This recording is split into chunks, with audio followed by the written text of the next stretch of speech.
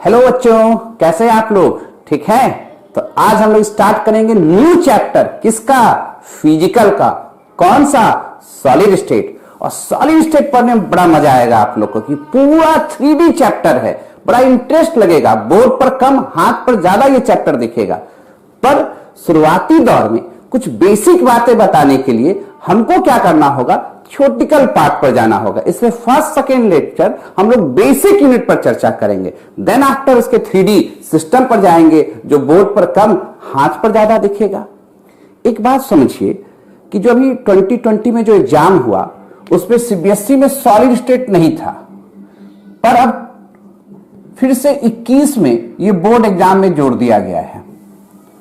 इसलिए बहुत बच्चे को ये कंफ्यूजन होगा कि सर इस साल आएगा कि नहीं आएगा। तो बोर्ड में आएगा।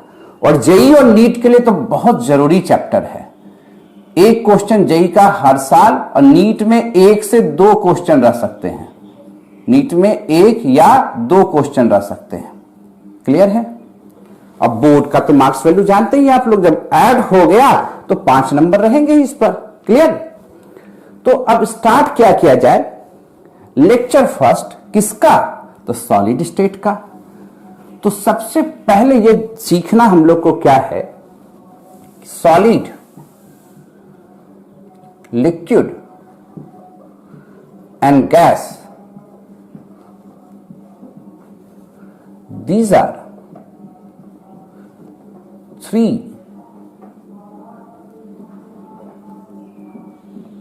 physical state of matter. Physical state of matter. These are 3 physical state of matter. Clear है? यानी किसी भी मैटर की यही 3 स्टेट हो सकते हैं, सॉलिड, लिक्विड और गैस। क्लियर है? अब तो और भी स्टेट आता है, उसकी चर्चा हम लोग को नहीं करना। ये 3 फिजिकल स्टेट हैं। पूछा सर मैटर क्या है? तो आप जानते हैं कि मैटर के बारे में, which have definite mass, occupies space, जो स्थान घेरता हो, ऑक्यूपाइज स्पेस, जो रुकावट पैदा करता हो, creating resistance, are known as matter. Anything which have definite mass, occupies space, creating resistance is known as matter. ये सब तो छोटा छोटा बात सब कोई समझते हैं। जिसको आप देख रहे हैं, छू रहे हैं, महसूस कर रहे हैं, सब कुछ मैटर है। और मैटर की 3 अवस्थाएं हैं, सॉलिड, लिक्विड, गैस। कोई दिक्कत वाली बात है? और इस 3 अवस्था में सबसे ऑर्डर्ड फॉर्म कौन सा है? सॉलिड का। The most ordered form is solid state. हमें यहां पढ़ना कौन सा स्टेट है? तो भैया सॉलिड स्टेट। कौन सा स्टेट पढ़ना है? Solid state. अब जो इंपॉर्टेंट पॉइंट है वो समझिए। जो मैटर होते हैं, कोई भी matter, it contain large amount of constituent particle. Constituent particle.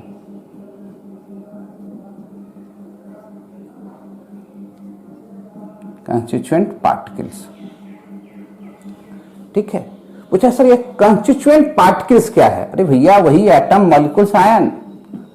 Atom, molecules और आयंस हो सकते हैं। क्लियर है? तो इसमें सबसे वेल ऑर्डर फॉर्म कौन सा है? सॉलिड का। क्यों है? तो उसके जो कंस्टिट्यूएंट पार्टिकल्स हैं वो रेगुलर मैनर में अरेंज होते हैं। तो कैसे अरेंज होते हैं, कौन सा फोर्स उसको बांध के रखता है, ये सब बातें सीखेंगे। पहले इसको तो नोट कीजिए आप, तब आगे की बात करते हैं।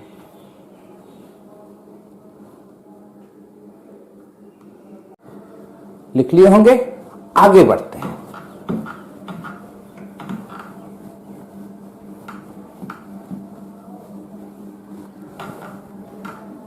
कैसे डील करना है जरा देखिए। State of matter. मैटर 3 रूप में एग्जिस्ट कर रहा है अभी। कौन कौन सा? सॉलिड, लिक्विड और गैस। क्या मेन प्रॉपर्टीज आप जानते हैं? सॉलिड के पास क्या डेफिनेट शेप होगा?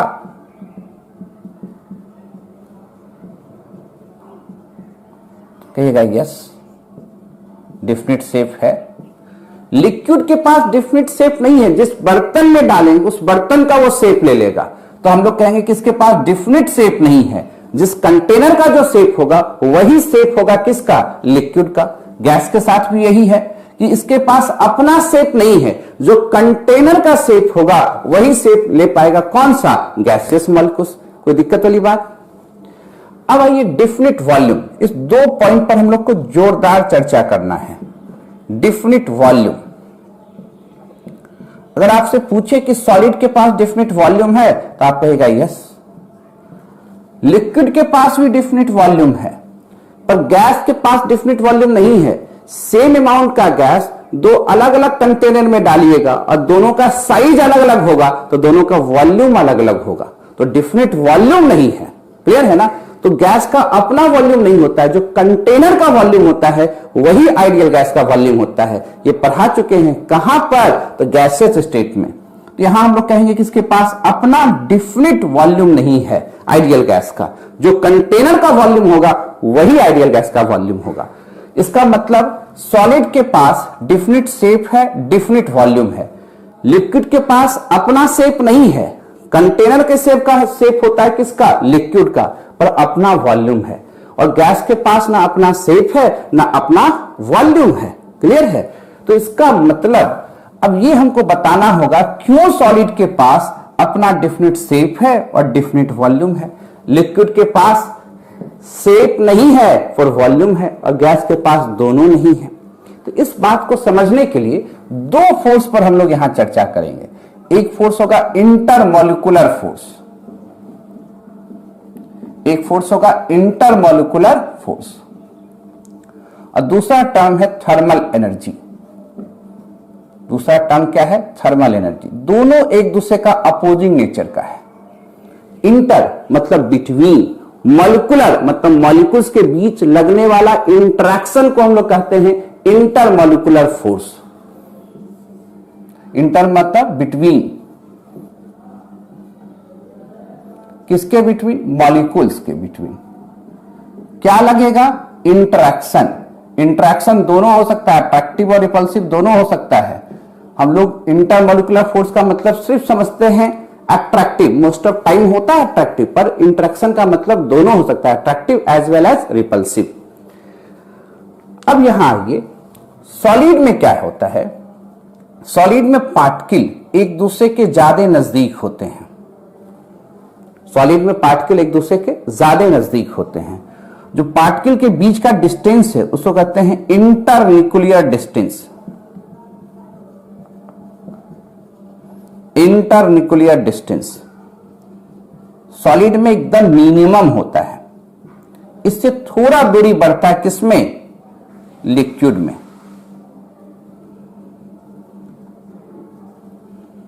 यहां एकदम मैक्सिमम डिस्टेंस रहता है, मैक्सिमम या लार्ज इंटरन्यूक्लियर डिस्टेंस। क्लियर है? इंटरन्यूक्लियर डिस्टेंस कम होने से क्या होता है? जैसे मान लो एक बच्चा बहुत छटर फटर कर रहा है, उसको एक रस्सी से एक खूंटे से बांध दिए। खूंटा मतलब समझते हो ना? एक किसी चीज से बांध दिए और 1 सेंटीमीटर से भी कम का स्पेस छोड़े उस बच्चे को, रस्सी और उस बच्चे के बीच में, तो क्या करेगा? अपने पॉइंट पर खाली इस तरह से वाइब्रेट कर सकता है। समझ रहे हो ना? तो सॉलिड पार्टिकल का इंटरन्यूक्लियर डिस्टेंस कम होने के चलते इसमें मोशन नहीं होगा, सिर्फ वाइब्रेशन होगा। ये पार्टिकल अपने पॉइंट पर वाइब्रेट कर सकता है, सॉलिड पार्टिकल। क्लियर है? तो सॉलिड पार्टिकल जो होते हैं अपने ही पॉइंट पर वाइब्रेशन कर सकते हैं। समझ रहे बात को? वहीं पर रोटेट कर सकते हैं पर मूव नहीं कर सकते हैं। उसका दोस्त को देखा नहीं गया, बोलता है सर मानवता पर अत्याचार क्यों करते हैं? एक गाय को भी 20 मीटर की रस्सी से बांधना चाहिए, ये तो मेरा दोस्त है, मानव है। अब क्या करते? इतना इमोशनल अत्याचार कर रहा था, रस्सी का डिस्टेंस बढ़ा दिए, बस देखो अपना असल चीज दिखाने लगा।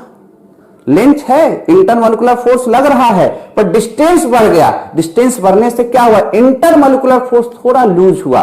पार्टिकल अब जिग जैग मोशन दिखा रहा है, कभी मन कर रहा है यहां, कभी मन कर रहा है यहां, कभी मन कर रहा है यहां, जहां मन तहां, ऊपर नीचे बाएं दाएं, क्या करने लगा, जिग जैग मोशन करने लगा। यानी जैसे ही इंटरन्यूक्लियर डिस्टेंस बढ़ा, पार्टिकल में फ्री मोशन होने लगा, अपने मन से इधर उधर हिल डोल करना शुरू कर दिया। ऐसे मोशन को कहते हैं जिगजैग, जिगजैग मोशन। क्या जिगजैग मोशन कहां पॉसिबल था, लिक्विड में।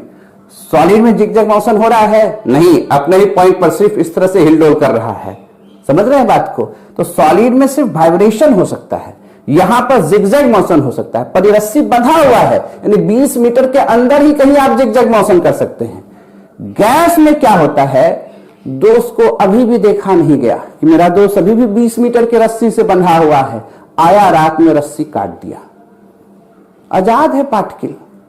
गैसेस मॉलिक्यूल्स में ऑलमोस्ट नेग्लिजिबल इंटरेक्शन लगता है, जब वो आइडियल मानते हैं तब। तो हम लोग क्या मान सकते हैं, गैस में इंटरेक्शन नेग्लिजिबल है।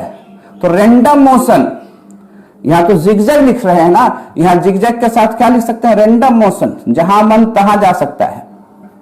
बात समझ रहे हैं। हो सकता है नहीं दिखे, इसलिए ऊपर मिटाएंगे, यहां तक आप लिख लीजिए, तब आगे की बात करते हैं।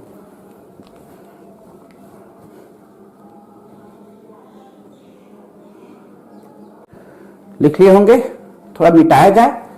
अब सॉलिड के पास भी डिफिनिट शेप है, डिफिनिट वॉल्यूम है। लिक्विड के पास शेप नहीं है, वॉल्यूम है। और गैस के पास ना शेप है ना अपना वॉल्यूम है।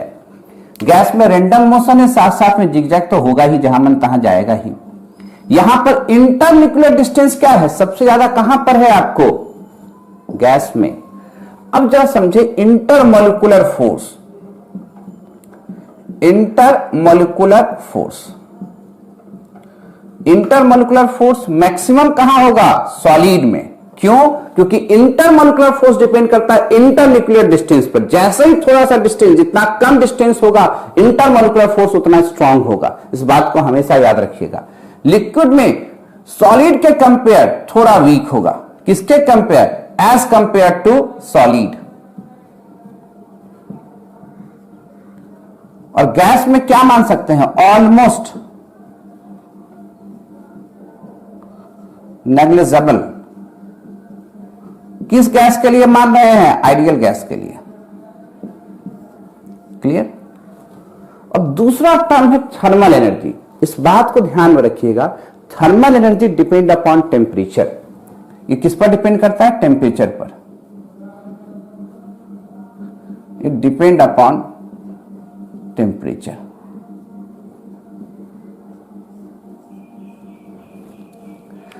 अब जब आप देखते हैं, थोड़ा और मिटाते हैं यहां पर, थर्मल एनर्जी की जब बात करेंगे तो सॉलिड में है क्या, सॉलिड पार्टिकल एक दूसरे से बड़े मजबूती से बंधे हुए हैं, बड़े स्ट्रांगली बाइंड अप हैं सॉलिड पार्टिकल में। तो थर्मल एनर्जी की जब चर्चा होगी तो सबसे लो कहां होगा, यहां पर। अगर सेम कंडीशन, सेम टेम्परेचर और प्रेशर सॉलिड के लिए, लिक्विड के लिए, गैस के लिए एक समय दे रहे होंगे, तो उस समय देखेंगे कि सबसे कम थर्मल एनर्जी किसका होगा, सॉलिड का होगा। इसके कंपेयर थोड़ा सा मोर देन सॉलिड। और मैक्सिमम किस में होगा, गैस में, क्योंकि यहां पर ऑलमोस्ट नेग्लिजिबल इंटरमोलिकुलर फोर्स है। बहुत तेज टेम्परेचर दोगे, वाइब्रेशन ज्यादा दिखाएगा, ये इधर उधर घूमना शुरू कर देगा। Maximum in gas. क्या करें कि सेम कंडीशन पर, सेम टेम्परेचर और प्रेशर पर, सेम टेम्परेचर एंड प्रेशर पर, यह बात समझ रहे हो। क्योंकि इंटरमोलिकुलर फोर्स हाई है, कहां पर, सॉलिड में। सॉलिड पार्टिकल बहुत मजबूती से एक दूसरे से बंधे हुए हैं, इसलिए थर्मल वाइब्रेशन लो है, टेम्परेचर उसको बहुत कम हिला डुला पा रहा है। लिक्विड में इंटरमोलिकुलर फोर्स वीक है, इसलिए टेम्परेचर दिए तो हिल डोल करना शुरू कर दिया। गैस में इंटरमोलिकुलर फोर्स एकदम नेग्लिजिबल है, उड़ना शुरू कर दिया, है ना। जैसे कोई बच्चा टीचर से बड़ा स्ट्रांगली मजबूती से बंधा हुआ है, अगर टीचर डांट भी देंगे तो चुपचाप पढ़ता रहेगा। लूजली बंधा हुआ है, वो क्या कहेगा, मास्टर बात डांटे छे। और जो एकदम सिर्फ उससे कोई मतलब ही नहीं, इमोशन नाम का चीजें नहीं है, उसको डांट मत दो, उसको कह रहा है हमको डांटते मेरा इज्जत चला गया। कौन सा नेचर है? गैस नेचर है। समझ रहे हो बात को? बुरा मत मानिए, समझाने की बात थी। तो सॉलिड समझ गए, लिक्विड समझ गए, गैस समझ गए। अब एक बात समझिए कि अगर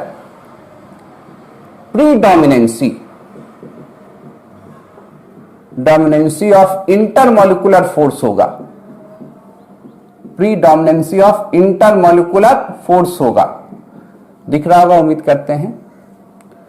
तो गैस चाहेगा कि हम लिक्विड की ओर जाएं, लिक्विड चाहेगा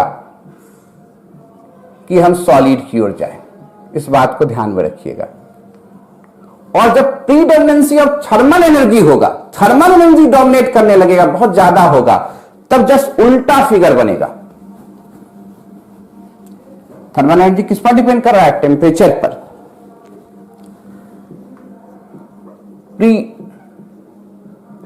प्रीडोमिनेंसी ऑफ थर्मल एनर्जी,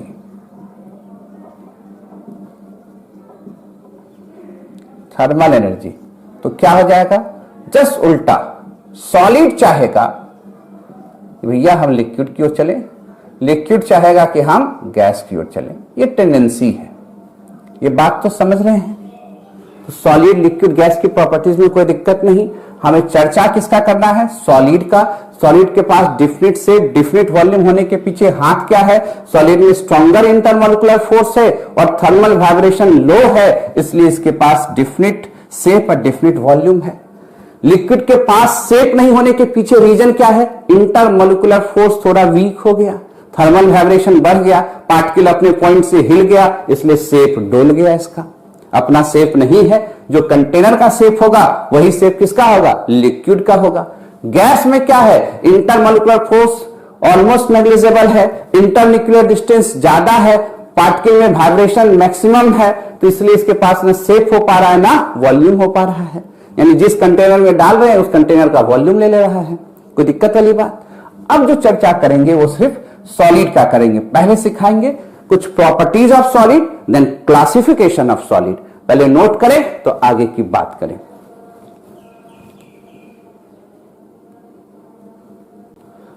लिख लिए होंगे, मिटाया जाए इसको। चला जाए प्रॉपर्टीज ऑफ सॉलिड में, कुछ सॉलिड के गुण को सीख लें। और properties of solid,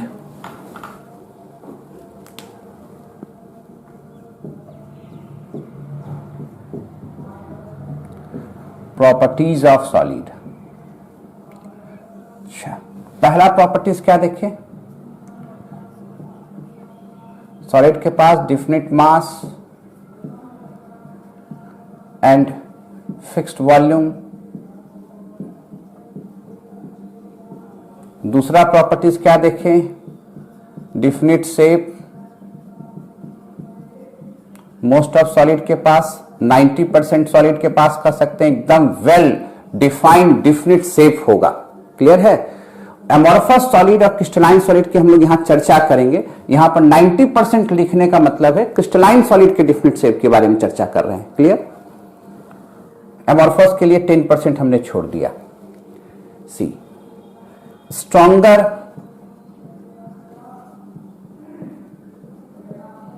intermolecular force,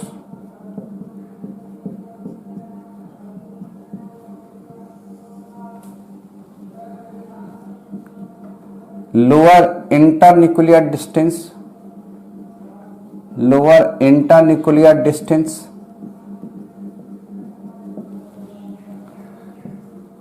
very low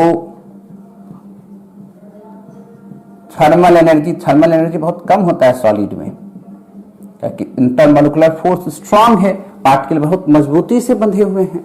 तो क्या देख रहे हैं? सॉलिड के पास डिफिनिट मास होगा, फिक्स्ड वॉल्यूम होगा, डिफिनिट शेप होगा। अगर हम क्रिस्टलाइन और एमोर्फस सॉलिड में बांटेंगे तो 90% सॉलिड क्रिस्टलाइन जब निकलेंगे तो देखेंगे उनका और वेल ऑर्डर अरेंजमेंट के चलते और परफेक्ट शेप भी मिलेगा। तो इसीलिए लिखा है यहां पर 90%। स्ट्रॉन्गर इंटरमोलिकुलर फोर्स होंगे, लोअर इंटरन्यूक्लियर डिस्टेंस होंगे। And very low thermal energy होगा। और क्या होगा, नोट कीजिए फटाफट। Solid are almost incompressible,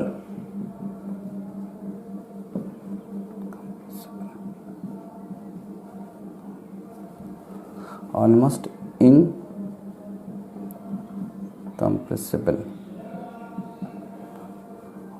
and rigid. Solid are almost incompressible and rigid. और क्या देख सकते हैं हम लोग,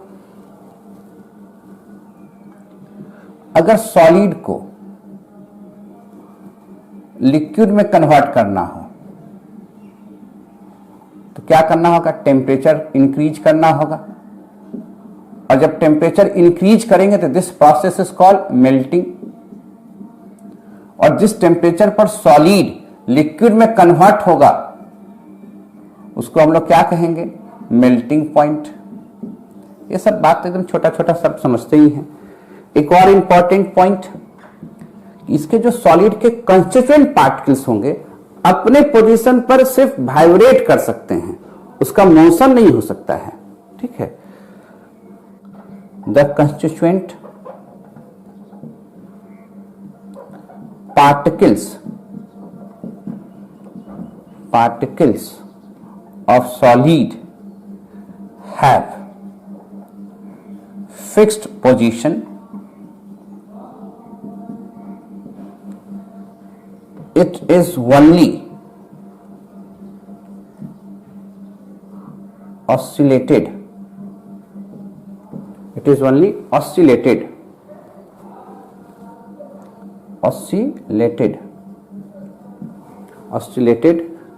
about their mean position.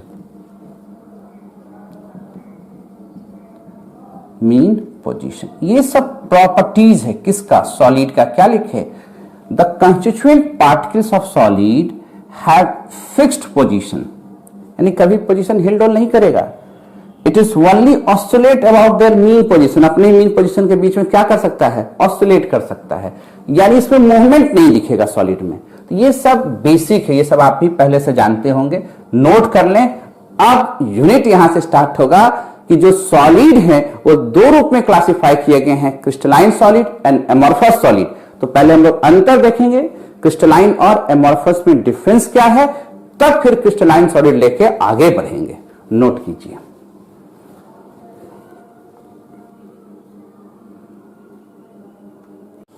लिख लिए होंगे, मिटाया जाए, कोई दिक्कत इस पे किन्हीं को, सब चीज समझ रहे हैं। एक बात और जोड़ लीजिए, अगर पूछ दे कभी कि जो डेंसिटी है सॉलिड का वो क्या होता है लिक्विड और गैस के कंपेयर में, तो डेंसिटी सबसे ज्यादा किसका होगा, सॉलिड का, तब किसका होगा, लिक्विड का, और तब किसका होगा, गैस का। क्लियर, तो डेंसिटी ज्यादा किसका होगा, सॉलिड का, फिर लिक्विड का, फिर गैस का। ये भी प्रॉपर्टीज है। अगर कोई बोल दे कि जो डिफ्यूजन रेट है वो सबसे ज्यादा किसका होगा, सबसे आसानी से कौन मूव कर सकता है, गैस, तो कभी डिफ्यूजन के बारे में चर्चा हो जाए तो ये पूछ दे आपसे कि डिफ्यूजन रेट किसका सबसे फास्ट होगा, तो solid particle very slowly move कर सकता है, डिफ्यूज बहुत कम करेगा, स्लो करेगा। सॉलिड से ज्यादा फास्ट डिफ्यूजन होगा लिक्विड का, और गैस का तो सबसे फास्ट होगा। क्लियर सी बात समझ रहे हैं, ये डिफ्यूजन रेट हो गया। डिफ्यूजन तो समझते हैं प्रॉपर्टीज को। अब हम लोग को सीखना है क्लासिफिकेशन ऑफ सॉलिड, और भी क्लासिफिकेशन किस पर बेस करेंगे, तो arrangement of constituent particle in nature. ठीक है, अब दो तरह के पार्टिकल को हमको सीखना है, classification of solid, classification of solid. ये जो क्लासिफिकेशन है सॉलिड का, ये किसके आधार पर है, on the basis of arrangement of constituent particle constituent particles in nature। इसके आधार पर सॉलिड को दो कैटेगरीज में बांटे हैं। यहीं से स्टार्ट हो रहा है आप लोग का मेजर सॉलिड स्टेट। एक होता है क्रिस्टलाइन सॉलिड, क्रिस्टलाइन सॉलिड, और दूसरा होता है एमॉर्फस सॉलिड। दूसरा क्या होता है? Amorphous solid.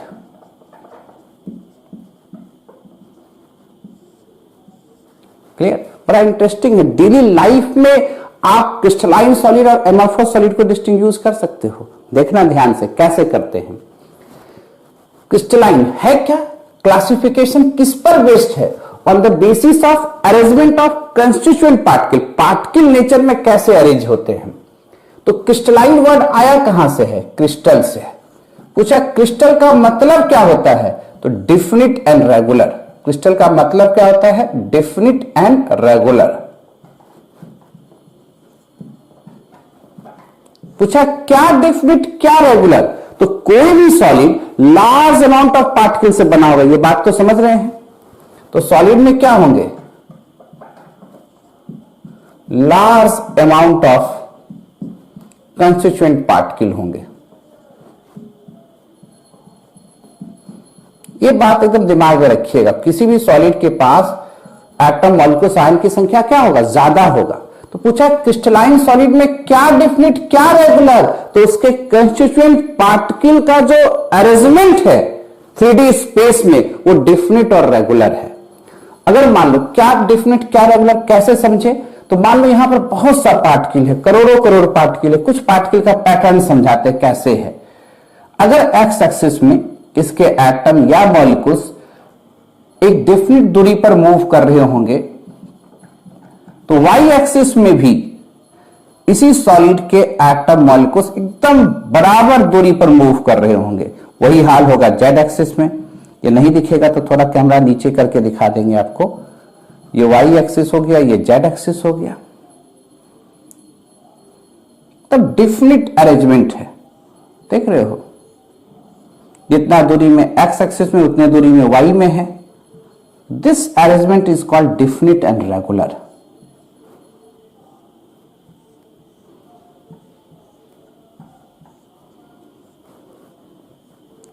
और चलता जाए तो यहां करोड़ों करोड़ पार्टिकल की बात हो रहा है। हम तो कुछ ही पार्टिकल करके दिखा रहे हैं। 3D की बात हो रहा है, ये 2D में दिखाए हैं। ऐसे बढ़ेंगे तो ये 3D में चले जाएंगे। यानी डिफिनिट एंड रेगुलर अरेंजमेंट हो रहा है। पूछा एमॉर्फस में क्या होगा? तो पहले ये एमॉर्फस का मीनिंग समझो। एमॉर्फस सॉलिड एक ग्रीक वर्ड से आया था। ग्रीक वर्ड एमॉर्फ से आया था। किस वर्ड से आया था? Greek word amorph. इसका मतलब समझते हैं? इसका मतलब होता है शेपलेस। इसका मतलब क्या होता है? शेपलेस। कोई शेप ना हो, शेपलेस होता है। क्या मतलब होता है इसका? शेपलेस। क्यों शेपलेस है? तो यहां पर पार्टिकल का जो अरेंजमेंट है इस तरह के रेगुलर पैटर्न में नहीं है, इरेगुलर पैटर्न में है। Particles are arranged in irregular pattern। यानी कोई यहां है, कुछ दूरी तक तो ठीक चला, कोई डिसऑर्डर में आ गया, कोई यहां है, कोई यहां है, कोई यहां है, कोई यहां है, कोई यहां है, कोई यहां, यानी कोई फिक्स नहीं है। तो इरेगुलर अरेंजमेंट है पार्टिकल का। समझ रहे हैं? कोई ज्यादा दूरी, कोई और ज्यादा दूरी, कोई बहुत नजदीक, कोई अलग अलग डिस्टेंस पर पार्टिकल अरेंज्ड हैं। तो उसको हम लोग क्या कहेंगे? Amorphous solid. And well regular form में अरेंज होंगे तो उसको क्या कहेंगे? Crystalline solid. पहले नोट कीजिए, देखते कहां पर जगह है, उस तरह से अरेंज करते हैं।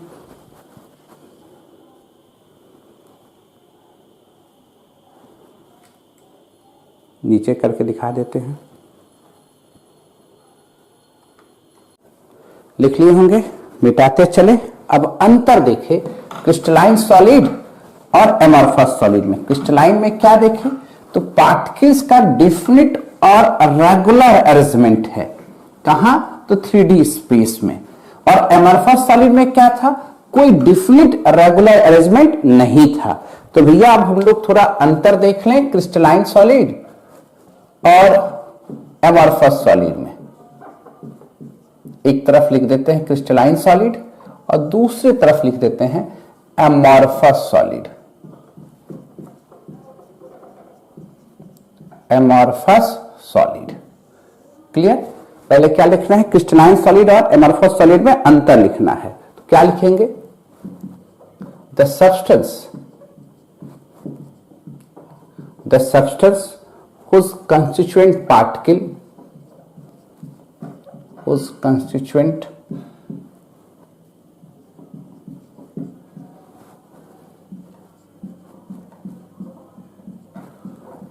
particles are arranged in a definite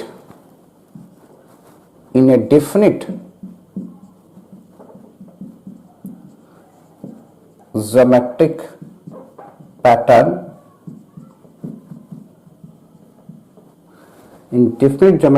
pattern in 3D is known as, कौन सा सॉलिड कहला जाएगा भाई? Crystalline solid. पहला पॉइंट में कहीं दिक्कत किन्हीं को? क्या लिखे? The substance whose constituent particle कहने का मतलब एटम, मॉलिक्यूल्स, आयंस हो जाएंगे, are arranged in a definite geometric pattern in 3D space कहने का मतलब हो गया is known as crystalline solid। कोई दिक्कत वाली बात है? ये तो हो गया क्रिस्टलाइन सॉलिड। पूछा सर एमॉर्फस सॉलिड क्या होगा? तो क्या लिखेंगे? द सब्सटेंस, इसी से कंपेयर कर देंगे, the substance whose constituent particle, यहां देखिएगा constituent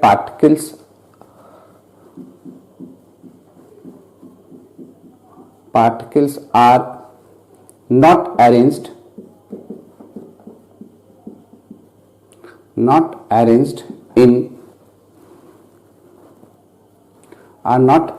in any regular arrangement. वहां रेगुलर था तो यहां क्या लिख देंगे? Not any regular arrangement. इसी को कहते हैं इरेगुलर अरेंजमेंट।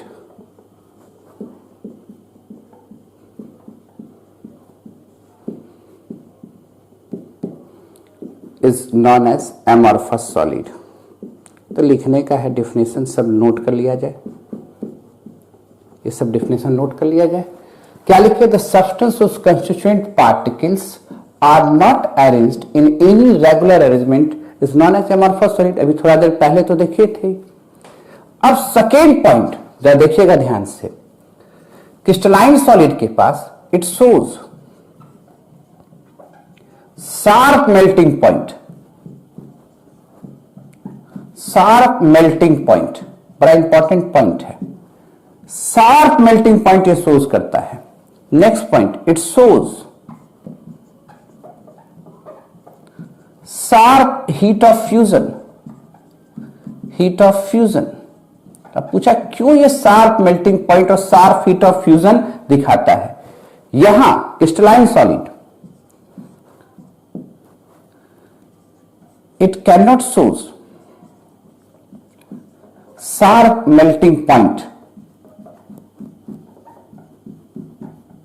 तो अगर शार्प मेल्टिंग पॉइंट नहीं दिखाएगा तो कैसा दिखाएगा? तो ये मेल्टिंग पॉइंट इन रेंज दिखाता है।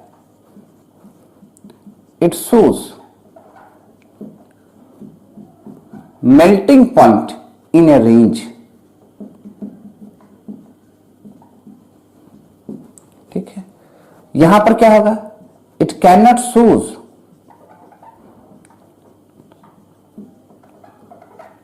शार्प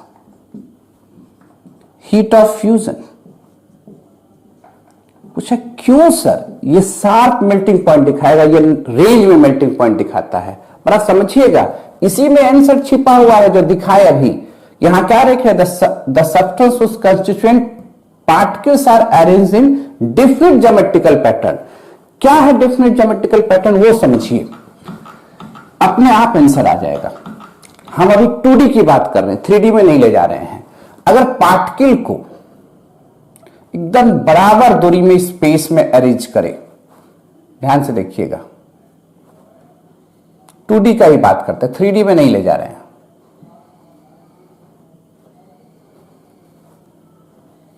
तो पार्टिकल के बीच लगने वाला जो इंटरमॉलिक्यूलर फोर्स है, कलर पेन ले लेते हैं तो ज्यादा अच्छा दिखेगा। तो पार्टिकल के बीच लगने वाला जो इंटरमॉलिक्यूलर फोर्स होगा वो सब जगह क्या दिखेगा, आइडेंटिकल दिखेगा।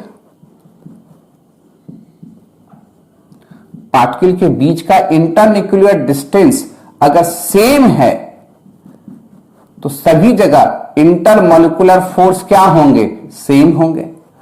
और जब तक इंटरमॉलिक्यूलर फोर्स टूटेगा नहीं, पार्टिकल हिलेगा नहीं, पार्टिकल हिलेगा नहीं। तो सब कुछ डिपेंड किस पर कर रहा है, मेल्टिंग पॉइंट का मेन कॉन्सेप्ट किस पर डिपेंड कर रहा है, तो डिपेंड कर रहा है इंटरमॉलिक्यूलर फोर्स पर। और जो आप देख रहे हैं क्रिस्टलाइन सॉलिड में, क्योंकि इंटरमॉलिक्यूलर फोर्स जो है वो एकदम इक्विवेलेंट है, बहुत लार्ज रेंज तक इसके पार्टिकल अरेंज रहते हैं, तो सभी जगह सेम इंटरमॉलिक्यूलर फोर्स फील हो रहा है। देख रहे हो कि नहीं?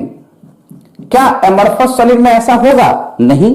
क्यों नहीं होगा एमॉर्फस सॉलिड में? एमॉर्फस सॉलिड में पार्टिकल वेल रेगुलर फॉर्म में अरेंज्ड नहीं होते हैं। जब वो वेल रेगुलर फॉर्म में अरेंज नहीं होंगे, किसी का डिस्टेंस कम होगा, किसी का ज्यादा होगा, कोई बहुत नजदीक होगा, कोई दूर होगा, तो सबके बीच में different type of intermolecular force होगा। और यहां पर जो हम लोग देख रहे हैं, यहां पर similar type of intermolecular force है हर एक पार्टिकल के बीच में। यहां क्या है? सिमिलर इंटरमॉलिक्यूलर फोर्सेस हैं, एक ही तरह का फोर्स है। यहां क्या है? Different type of intermolecular force है, different type of intermolecular force है, इंटरमॉलिक्यूलर फोर्स है। देख रहे हो ना, कहीं मजबूत है, कहीं कमजोर है, कहीं थोड़ा और उससे कमजोर है, अलग अलग टाइप का इंटरमॉलिक्यूलर फोर्स है। तो यहां इसको मेल्ट कराने के लिए हर एक जगह सेम हीट का जरूरत होगा, इसलिए इसके मेल्टिंग पॉइंट शार्प टेम्परेचर पर दिख रहा है, शार्प हीट ऑफ फ्यूजन दिख रहा है। पर यहां क्या होगा? इसको तोड़ने के लिए ज्यादा हीट देना होगा, इसको तोड़ने के लिए कम हीट देना होगा। इसलिए कहीं ज्यादा हीट में कोई पार्टिकल, कोई सॉलिड पिघल रहा है, कोई कम हीट में पिघल रहा है, इसलिए मेल्टिंग पॉइंट यहां रेंज में आ रहा है ना। अगर ये 20 डिग्री से पिघलना शुरू हुआ तो देखेंगे कि 20 डिग्री पर भी पिघलेगा, 25 पर भी पिघलेगा, 30 पर भी पिघलेगा, एक मेल्टिंग पॉइंट रेंज में होगा। 20 से 40 डिग्री तक ये सॉलिड पिघल रहा है। और यहां देखेंगे कि अगर इसकी मेल्टिंग पॉइंट 20 डिग्री है तो पूरा का पूरा सॉलिड कोलैप्स कर जाएगा किस डिग्री पर? 20 डिग्री पर। शार्प मेल्टिंग पॉइंट कहने का मतलब यही है, क्योंकि यहां पर intermolecular force well regular form में लग रहे हैं। देख रहे हैं कि नहीं? सभी जगह समान इंटरमॉलिक्यूलर फोर्स प्ले हो रहा है। यहां सभी जगह समान इंटरमॉलिक्यूलर फोर्स प्ले हो रहा है क्या? नहीं हो रहा है। अब बोला कोई बच्चा कि सर हम लोग घर में कैसे पता लगाएंगे कि क्रिस्टलाइन सॉलिड है और दूसरा एमॉर्फस सॉलिड है? यहां तक में किन्हीं को दिक्कत तो नहीं हो रहा है? फटाफट नोट करो। अब जो एग्जांपल दे रहे हो घर में देखोगे, घर में कैसे देखोगे वो देखो। भैया कभी आलू काटे हो, पनीर? आप बोलेगा हां सर। अगर किसी सॉलिड को लो और उसका कटिंग करो, अगर शार्प कटिंग आ गया तो कह दोगे वो क्रिस्टलाइन सॉलिड है। इरेगुलर कटिंग आ गया, सॉलिड लिए और उसको चाकू से कट कर रहे हैं, इस तरह से इरेगुलर कटिंग आ गया तो उसको क्या कहेंगे? Amorphous solid. सर क्या? एल्युमिनियम का पत्थर लिए हो, उसको काटना या ऐसे ऐसे करके तोड़ते हो, शार्प कटेगा, है ना। कभी तुम रबर ले लो, साबुन ले लो, उसको काटना, देखो रुखरेदार टूटेगा, कटेगा। देखे हो कि नहीं देखे हो? शीशा को तोड़ के देखना, तोड़ना मत घर में, तोड़ के देखना, इरेगुलर कटिंग में कटेगा तो कौन सा सॉलिड कहलाएगा? Amorphous solid. क्लियर है? जिसमें शार्प कटिंग हो, आलू जैसा कटिंग दिखे, उसको क्या कह दोगे आप? Crystalline solid. इरेगुलर कटिंग दिखेगा, उसको क्या कहोगे? Amorphous solid. अब कहोगे सर शार्प कटिंग क्यों दिखता है और इरेगुलर कटिंग क्यों दिखता है? पहले इसको तो लिख लो तब दिखाते हैं। जहां शार्प कटिंग हो, शार्प कटिंग ऑप्टेन, कहां ऑप्टेन होगा? क्रिस्टलाइन सॉलिड में। Irregular cutting obtain, irregular cutting obtain. तो भैया पहले एक बार नोट करो तब आगे की बात करते हैं। पहले लिखो आराम से।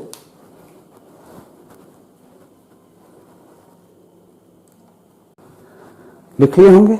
क्यों शार्प कटिंग होता है जरा समझो। क्या करते? अगर चाकू लेते तो चाकू कट करते तो किसी सॉलिड पर कटता, अगर हम ऐसे कट करते तो बराबर कटिंग कटता, दो भाग में हो जाता। ऐसे कट करते तो दो बराबर भाग में कट जाता है। शार्प कटिंग पार्टिकल का अरेंजमेंट वेल रेगुलर फॉर्म में है, इसलिए एकदम शार्प कटिंग दिख रहा है। यहां पार्टिकल इरेगुलर मैनर में अरेंज्ड है, इरेगुलर मैनर में अरेंज, कोई इधर है, कोई इधर है, कोई इधर है। तो अगर चाकू चलाओगे तो आपका चाकू क्या होगा? कभी इधर है पार्टिकल, इधर है, जरा देखो क्या होगा। कभी यहां कटा, यहां कटा, ऐसे कटा, ऐसे कटा, मतलब इरेगुलर ढंग से आपका चाकू स्पेस में जाएगा, इरेगुलर कटिंग दिखेगा। क्लियर है? पूछा और फिर कैसे देख सकते हैं? नमक देखते हो, चीनी देखते हो, हाथ में गड़ेगा, तो जो सॉलिड हाथ में गड़ रहा होगा तो आप उसको कह सकते हो कि क्रिस्टलाइन सॉलिड है, क्योंकि जितने सॉलिड आप देखते हो उसमें 90% क्रिस्टलाइन सॉलिड होते हैं। जो सॉफ्ट हुआ, पाउडर टाइप का हुआ, जिसको इजीली डिफॉर्म कर सकते हो, जिसका शेप आसानी से चेंज कर सकते हो, उस सॉलिड को क्या कह दोगे? एमॉर्फस सॉलिड है। ऐसे भी घर में एग्जांपल ले लो, पॉलिथीन का, रबर का, उस सबको आसानी से डिफॉर्म कर सकते हो, करते हो कि नहीं? तो वो क्या कहलाएगा आपको? Amorphous solid. साबुन को आसानी से उसको दबा सकते हो, कैसा सॉलिड कहलाएगा? एमॉर्फस सॉलिड कहलाएगा। कई कंफ्यूजन? अब आते हैं और मेजर प्रॉपर्टीज के तरफ, क्रिस्टलाइन और एमॉर्फस सॉलिड में। क्रिस्टलाइन सॉलिड को कहते हैं कि सॉलिड के नाम पर ये सत्य है, ट्रू सॉलिड। समझ रहे? सॉलिड के नाम पर क्या है? ये सत्य है। It is known as true solid.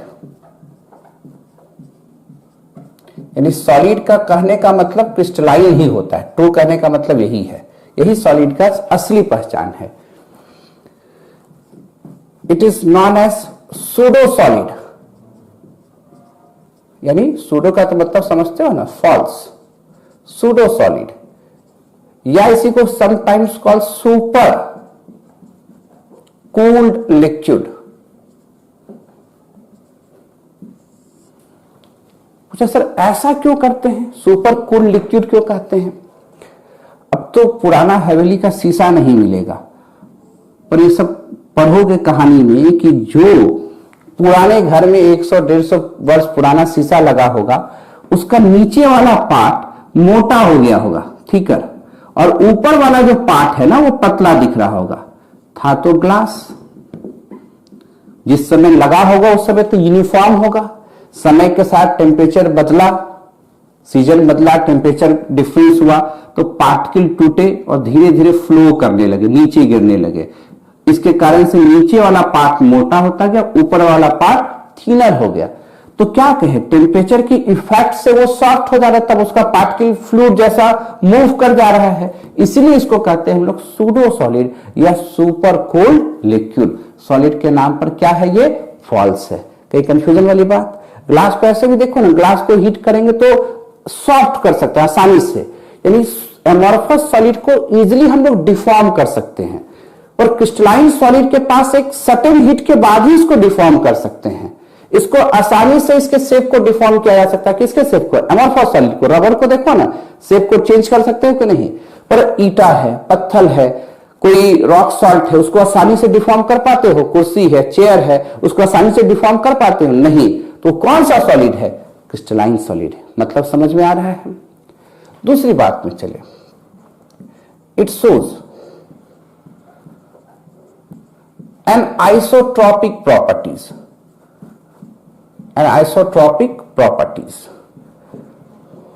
पूछिएगा सर ये अनाइसोट्रॉपिक प्रॉपर्टीज क्या है? सच properties which varies with axis, which varies with axis is known as anisotropic properties. वैसा प्रॉपर्टीज जो एक्सिस के साथ बदल जाए। और क्रिस्टलाइन सॉलिड कैसा प्रॉपर्टीज दिखा रहा है? अनआइसोट्रॉपिक प्रॉपर्टीज। आप बोलिएगा सर कैसे एक्सिस के साथ बदल जा रहा है और कौन कौन से इसके फिजिकल प्रॉपर्टीज? तो सच प्रॉपर्टीज, सच कहने का मतलब ये फिजिकल प्रॉपर्टीज, इस बात को भी ध्यान रखिएगा। Such physical properties which varies with axis is known as anisotropic properties. जबकि जो एमॉर्फस सॉलिड होते हैं वो आइसोट्रॉपिक प्रॉपर्टीज शो करते हैं। इट शोज आइसोट्रॉपिक, यानी एमॉर्फस सॉलिड के जो फिजिकल प्रॉपर्टीज हैं वो एक्सिस के साथ नहीं बदलता है। ऐसा मतलब इक्वल। इसका जो फिजिकल प्रॉपर्टीज है वो एक्सिस के साथ नहीं बदलता है। इट्स फिजिकल प्रॉपर्टीज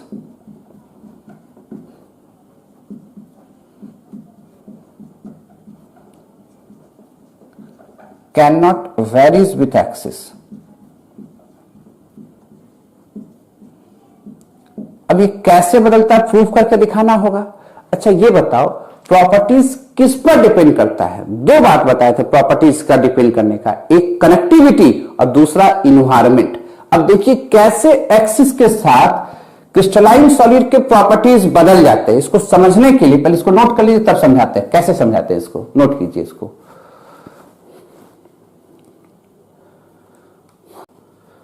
लिख लिए हो, मिटा दें। कैसे बदलता है उसको समझें, फिर आपको 2D में ही फिगर बना के समझाते हैं तो समझना आसान होगा। वैसा प्रॉपर्टी जो एक्सिस के साथ बदल जाए उसको हम क्या बोल रहे हैं? अनआइसोट्रॉपिक प्रॉपर्टीज। मान लो कोई सॉलिड AB है, केटायन एनायन भी हो सकता है। हम AB सिंपल फिगर मान के चल रहे हैं, A और B। इस तरह से एकदम रेगुलर पैटर्न है पार्टिकल का।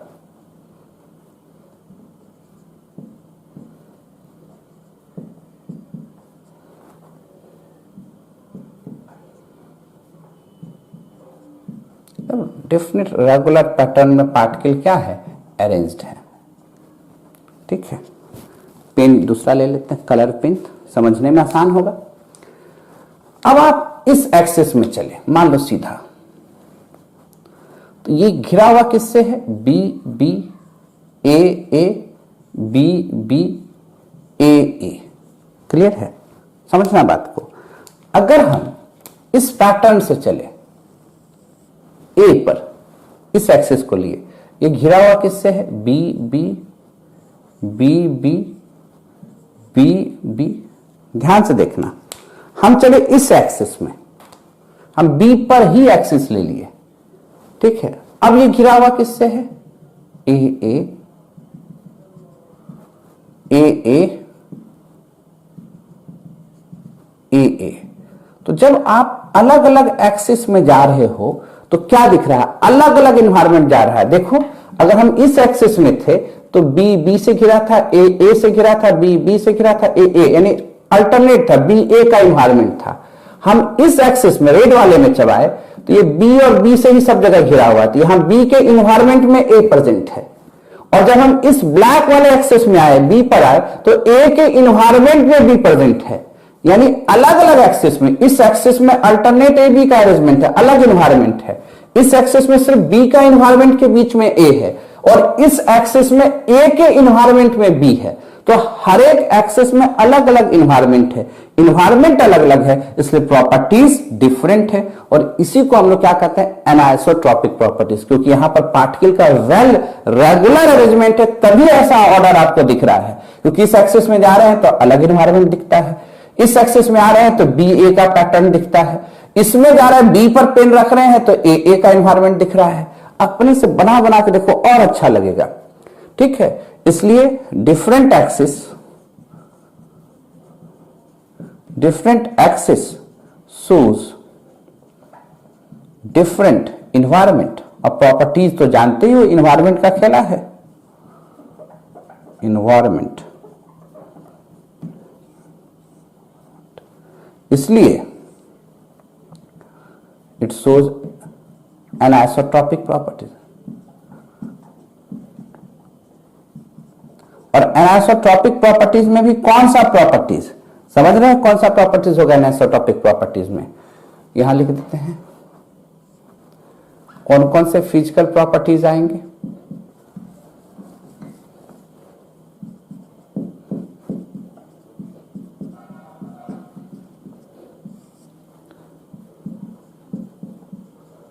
Thermal conductivity,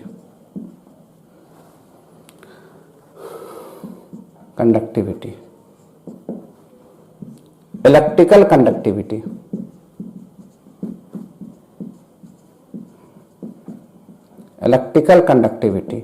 refractive index etcetera. ये सब प्रॉपर्टीज आता है आपको किसमें? एनिसोट्रॉपिक प्रॉपर्टीज में। जबकि एमॉर्फस सॉलिड में ये सब प्रॉपर्टीज एक्सिस के बदलने से नहीं बदलते। यहां आइसोट्रॉपिक प्रॉपर्टीज दिखेगा, यहां क्या दिखेगा? Anisotropic properties. Different axis shows different environment, it is known as anisotropic properties. अलग अलग एक्सिस में अलग अलग इन्वायरमेंट हो रहा है और प्रॉपर्टीज इन्वायरमेंट बदलने से बदल जाता है। प्रॉपर्टी दो तरीके से बदलता है, शुरू से पढ़ाते आए हैं। एक संगत से गुणात है, संगत से गुणजात। कनेक्टिविटी से प्रॉपर्टीज बदलता है, different connectivity, different properties, different environment, different properties. Clear है? नोट करें तब आगे की बात करें। लिख लिए, मिटाते भरे। अब थोड़ा सा और सीख के, कहीं दिक्कत हो रहा है यहां पर? जब थोड़ा डीप पढ़ेंगे क्रिस्टलाइन सॉलिड का तो देखेंगे इट शोज सिमेट्री कॉन्सेप्ट। अब कहिएगा सर ये सिमेट्री कॉन्सेप्ट क्या है? ऐसे ही सिलेबस में नहीं पार्ट दिया हुआ पर इसको जरूर फोकस करेंगे। ठीक है, सिमेट्री पार्ट क्या है? आता है कॉम्पिटिटिव वे में, कभी कभी खासकर एडवांस वाले क्वेश्चन में देता है ना। बोर्ड वाले पार्ट में नाम भी नहीं डालता है, पर इसको टच करेंगे हम लोग। एमॉर्फस में इस तरह का कोई सिमेट्री कॉन्सेप्ट नहीं होता है, नो सिमेट्री कॉन्सेप्ट, क्योंकि यहां पर कोई ज्योमेट्री ही नहीं है तो जो सिमेट्री दिखा सके। No symmetry concept. Geometry different होगा तभी तो सिमेट्री की चर्चा होगी। कहां होगा थोड़ा देर के बाद हम लोग देखेंगे, स्पेशल केस करके हम लोग इसको। जब हम लोग क्रिस्टलाइन सॉलिड को थोड़ा सीख जाएंगे, यूनिट सेल वगैरह क्या होता है, तो सिमेट्री समझाना आसान काम होगा। पूछा क्या क्या एग्जाम्पल हो सकता है? कॉपर ले लो, आयरन ले लो, इस सबका सॉलिड, सोडियम क्लोराइड ले लो, वाटर सॉलिड ले लो, जितना भी नाम जानते हो 90% सॉलिड हम पहले से बोल रहे हैं। पोटासियम नाइट्रेट ले लो, 90% सॉलिड जो आप नेचर में देखोगे वो आपको क्रिस्टलाइन के रूप में मिलेगा। 10% सॉलिड जो है वो किस रूप में मिलेगा आपको? एमॉर्फस के रूप में मिलेगा। फेमस एग्जांपल देखना चाहेंगे तो ग्लास मिलेगा, रबर मिलेगा, प्लास्टिक मिलेगा, एटसेट्रा। क्लियर? तो अंतर तो समझ गए। अब हम लोग को क्रिस्टलाइन सॉलिड पर फोकस कर जाना। एमॉर्फस अब यहां से आउट हो जाएंगे, इससे कोई लेना देना नहीं है। डिफरेंसेस सीख गए, अब चले क्रिस्टलाइन सॉलिड में। क्रिस्टलाइन सॉलिड में ये बात खूब बढ़िया ढंग से समझ गए कि पार्टिकल्स क्या होंगे, वेल रेगुलर मैनर में अरेंज्ड होंगे। ठीक है, पहले नोट कर लीजिए, तब क्लासिफिकेशन ऑफ क्रिस्टलाइन सॉलिड की तरफ ले चलते हैं आपको। लिख लिए, मिटाया जाए, आगे बढ़े। अब कहानी किसका होगा भाई? क्रिस्टलाइन सॉलिड का। बस थोड़ा सा और कहानी सुन के उसके बाद तो मजेदार टॉपिक सब स्टार्ट हो जाएगा इसमें। Classification of crystalline solid.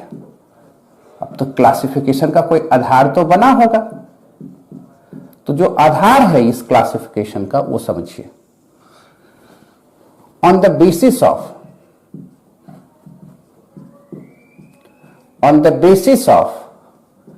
intermolecular forces, on the basis of intermolecular forces between constituent particles, यानी constituent particles के बीच में किस तरह का intermolecular force है, उसके आधार पर क्रिस्टलाइन सॉलिड को क्लासिफाई किया गया है। अब इसके आधार पर it is classified in 4 way, it is classified in 4 वे, 4 तरीके से। पहला तरीका क्या है, मॉलिक्यूलर सॉलिड।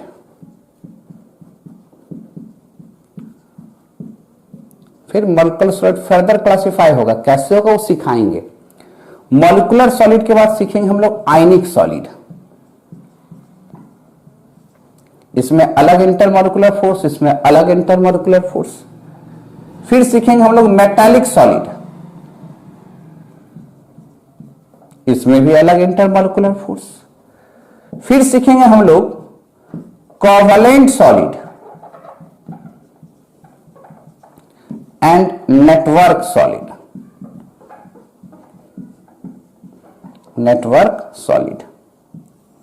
क्लियर है? तो आज के क्लास में हम लोग यहीं पर रुकते हैं। कल जो हम लोग देखेंगे मॉलिक्यूलर सॉलिड, आयनिक solid, metallic solid, covalent solid, कैसे सब में अलग अलग इंटरमॉलिक्यूलर फोर्स लगता है, सबके एग्जांपल्स क्या क्या हैं, प्रॉपर्टीज क्या क्या हैं, तब हम लोग चलेंगे यूनिट सेल की तरफ। ठीक है, नोट कीजिए, आज के लिए इतना ही, बाकी